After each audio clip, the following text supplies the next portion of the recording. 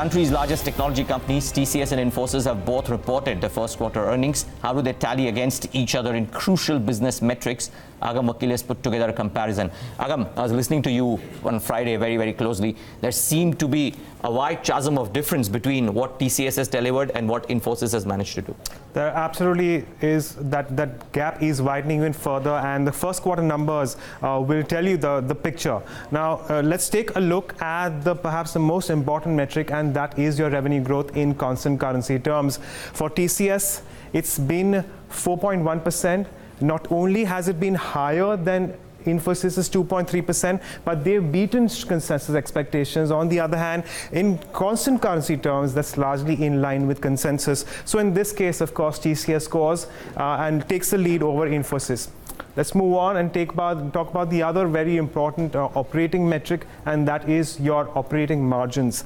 TCS has seen a 40 basis points contraction and still holding on to the 25% mark. The management suggests that yes, they are very much in line to achieve the target of 26 to 28% in terms of operating margins. Infosys, on the other hand, the contraction is a little more pronounced. Of course, what's really worked against both these companies is wage hikes, but TCS for some reason has been able to curtail the contraction for this quarter sequentially, which means the second goal is also scored by TCS. Let's move on and take a look at their most important vertical, and that is the banking and financial vertical.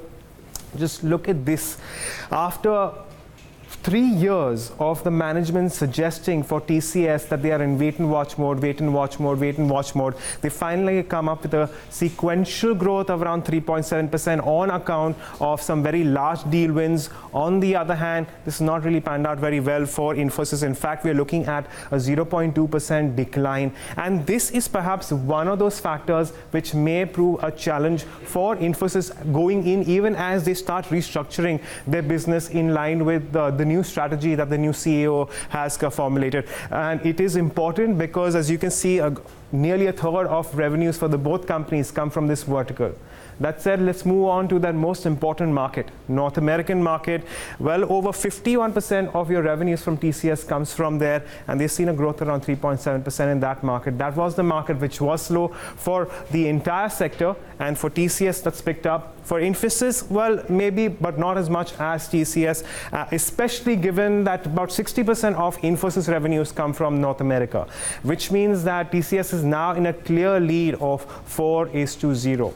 Digital revenues, that traction has come about, and one may argue that while TCS has seen more of a growth on a year-on-year basis for digital revenues, you must remember that at this point in time, the contribution for revenues is same. So I'm going to consider this metric as a draw, which comes down to the final score line of 4 goals for TCS as against 0 goals for Infosys for the first quarter.